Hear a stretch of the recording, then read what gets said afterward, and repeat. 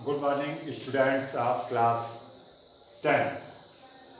Present indefinite tense continuous है, जारी है। इसका अगला स्टेप फर्स्ट टाइप के इंट्रोगेटिव सेंटेंसेस को किस प्रकार से आप अनुवाद में परिवर्तित करें। डज या डू से वाक्य का प्रारंभ होगा, उसके बाद सब्जेक्ट। अगर सब्जेक्ट सिंगुलर नंबर का यानी कि ही है, सी है, इट है, नेम है, पोस्ट है, रिलेशन है या फिर सिंगुलर नंबर का कोई नाउन है तो आपको डज से वाक्य को लिखना पड़ेगा और उसके बाद में वर्ब की मूल अवस्था यानी कि फर्स्ट फॉर्म का यूज करना पड़ेगा। अदर वर्ड्स को जैसे कि प्लेस है, टाइम है इत्यादि को आप ऑब्जेक्ट के बाद में लगा देंगे। इस प्रकार से इंट्रोगेटिव फर्स्ट टाइप का स्ट्रक्चर तैयार होता है और मार्क इंट्रोगेटिव का जो मार्क्स होता है क्वेश्चन मार्क, उसको लगाना कतई ना भूलें। पहला एग्जाम्पल हमें लिखा हुआ है, क्या वह आपको इतिहास पढ़ाता है। वह इसका सब्जेक्ट है अर्थात डज का प्रयोग किया जाएगा। वह की अंग्रेजी ही हो गई, पढ़ाता टीच हो गया, आपको का मतलब है यू ऑब्जेक्ट हो गया और हिस्ट्री इतिहास। तो does he teach you history और ये क्वेश्चन मार्क आपने लगाया। क्या वे आपका सम्मान करते हैं, तो डू हो गया क्या के लिए, वे दे हो गया, सम्मान करना वर्ब हो गई, रेस्पेक्ट आपका यू हो गया। तो डू दे रेस्पेक्ट यू और क्वेश्चन मार्क का निशान हमने लगाया। अब ये देखिए कुछ वाक्य हमने लिखे, ये आपको सॉल्व करने हैं, इनको ट्रांसलेट करना है और ट्रांसलेट करके आपको ऑनलाइन इनको व्हाट्सएप पर भेजना है। इनके बारे में पूरा समझा देते हैं कि इन वाक्यों को बनाते समय आपको क्या क्या सावधानी बरतनी है, कैसे इसको सेट करना है। क्या के लिए आप क्या लगाएंगे, डज। इसका कारण क्या है, ही करता है, तो डज ही आप क्रिया पे जाएंगे, रीड ऑब्जेक्ट ढूंढेंगे इंग्लिश और क्वेश्चन मार्क लगाते हैं। Okay, understand. क्या वह टी है दिखाई पड़ रहा है तो इसका मतलब ये सी है, तो डज सी। जानना वर्ब है KNOW नो और हिंदी ऑब्जेक्ट है तो डज सी नो हिंदी। क्या जुलाई में बरसात होती है, ये इट से बनेगा तो डज, इसके बाद में डमी सब्जेक्ट इट का प्रयोग कर देंगे। वर्ब देखिए बरसात होना यानी कि रेन में एस लगा देंगे तो डज, तो एस नहीं लगाएंगे क्योंकि लग चुका है, तो does it rain in the month of July भी लिख सकते हैं और इन जुलाई भी लिख सकते हैं, जुलाई का जे बड़ा होना जरूरी है। क्या मोहित सत्य बोलता है, तो डज मोहित सब्जेक्ट हो गया, स्पीक द ट्रूथ, सत्य बोलना की अंग्रेजी है स्पीक द ट्रूथ, झूठ बोलना की है टेल अ लाई और शोर मचाना की है make a noise.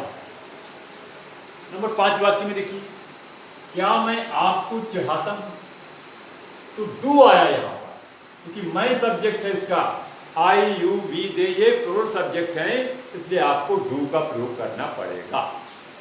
Do I verb आ रही है चढ़ाना, टीज आपको you, do I Ts you. क्या हम अपराध सहते हैं, डू हम, वी वर्ब है सहना, BEAR बियर, बियर माने सहना भी होता है, बियर माने जन्म देना भी होता है और बियर माने भालू भी होता है। यहाँ पे हमें फर्स्ट फॉर्म की जरूरत है इसलिए हम बियर का यूज करेंगे। तो do we bear, BEAR bear सहना बर्दाश्त करना और अपराध ऑब्जेक्ट है क्राइम, तो डू वी बियर क्राइम। क्या तुम पागलपन करते हो, वाक्य नंबर 7 थोड़ा कठिन लिखा हुआ है, तो कायदे से समझना है तुम्हें। तो क्या डू यू पागलपन करते हो का मतलब है पागलों की तरह से व्यवहार करते हो, यानी कि डू यू व्यवहार करते हो यानी कि बिहेव, तरह लाइक, पागल को कहते हैं मैड, तो do you behave like mad. क्या हुई, नौटंकी देखते हैं, तो डू दे देखना, सी लुक वॉच बिहोल्ड, लेकिन यहां पर आपको क्या लगाना है, लुक, तो डू दे लुक। नौटंकी को कहते हैं फॉक ड्रामा, और DRAM में ड्रामा, फोक ड्रामा नौटंकी कहलाता है। और क्वेश्चन मार्क को लगाना ना भूलें। क्या हम नाटक में भाग लेते हैं? डू वी, भाग लेना, टेक पार्ट या फिर पार्टिसिपेट में इन द प्ले माने भी नाटक होता है, ड्रामा माने भी नाटक होता है, आप किसी का भी यूज कर सकते हैं। क्या माता जी यानी कि मां ईश्वर में विश्वास करती? तो does mother believe in God, या फिर does mother trust in God, या फिर does mother have faith in God, या फिर बहुत आसान तरीके से आप बना सकते हैं कि इज मदर थेइस्ट, अर्थात ईश्वर में विश्वास करने वाली। क्वेश्चन मार्क लगा दें। इस प्रकार से आपको फार्मूला नंबर 3 के सेंटेंसेस को समझना है, अपना पूरा मस्तिष्क यूज करना है और इन सभी वाक्यों को अच्छी तरह से ट्रांसलेट करना है। शायद कहीं पर आपको कोई प्रॉब्लम नहीं आने वाली, किसी प्रकार की कोई समस्या नहीं आने वाली। हमने पूरा सेक्शन समझा दिया, कायदे से बता दिया।